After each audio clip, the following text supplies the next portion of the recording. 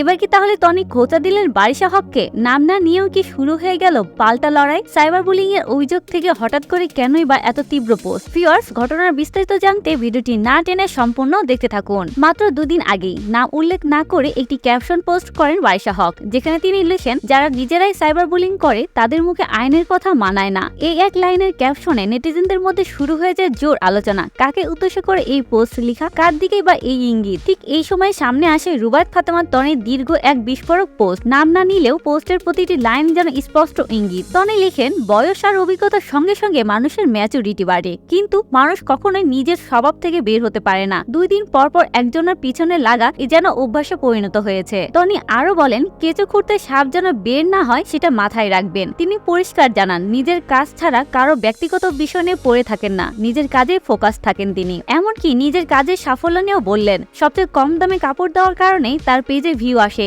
এই জন্য কাউকে টার্গেট করার দরকার হয় না। তবে এখানে থামেননি টনি। তিনি স্পষ্ট ভাষায় জানান, যদি কেউ তার স্বাভাবিক জীবনে বাধা দেয়, অকারণে তার পরিবারকে হেয় করার চেষ্টা করে, তাহলে টনি সামনে থেকে ফাইট করবে। আর আইন নিয়ে কথা বলতে আসলে নিজের আমলনামা মনে করে আসার কথা বললেন তিনি। পোস্টের শেষ অংশে টনি লিখেন, নোংরা বেশি ঘাটলে গন্ধ ছড়ায়, হিংসা মানুষকে শেষ করে দেয়, আর ভালোবাসা মানুষকে বড় করে। তিনি জানান, জীবনে শুধু কাজ করতে চান, দেশের মানুষের উপকারে আসতে চান এবং সবার জন্য ভালোবাসা রাখেন। ভিউয়ার্স, তাহলে প্রশ্ন থেকেই যায়, এই পোস্ট কি শুধুই নিজের অবস্থান পরিষ্কার করা, নাকি নাম না নিয়ে বারিশা হকের পোস্টের সরাসরি পাল্টা জবাব দেওয়া? এই দ্বন্দ্ব কি এখানেই শেষ, নাকি সামনে আসছে আরো বড় কিছু? আপনার মতামত কমেন্টে জানাতে ভুলবেন না। আর এমন গসিপ পেতে সাবস্ক্রাইব করুন আমাদের চ্যানেল স্টার গল্প বাংলা।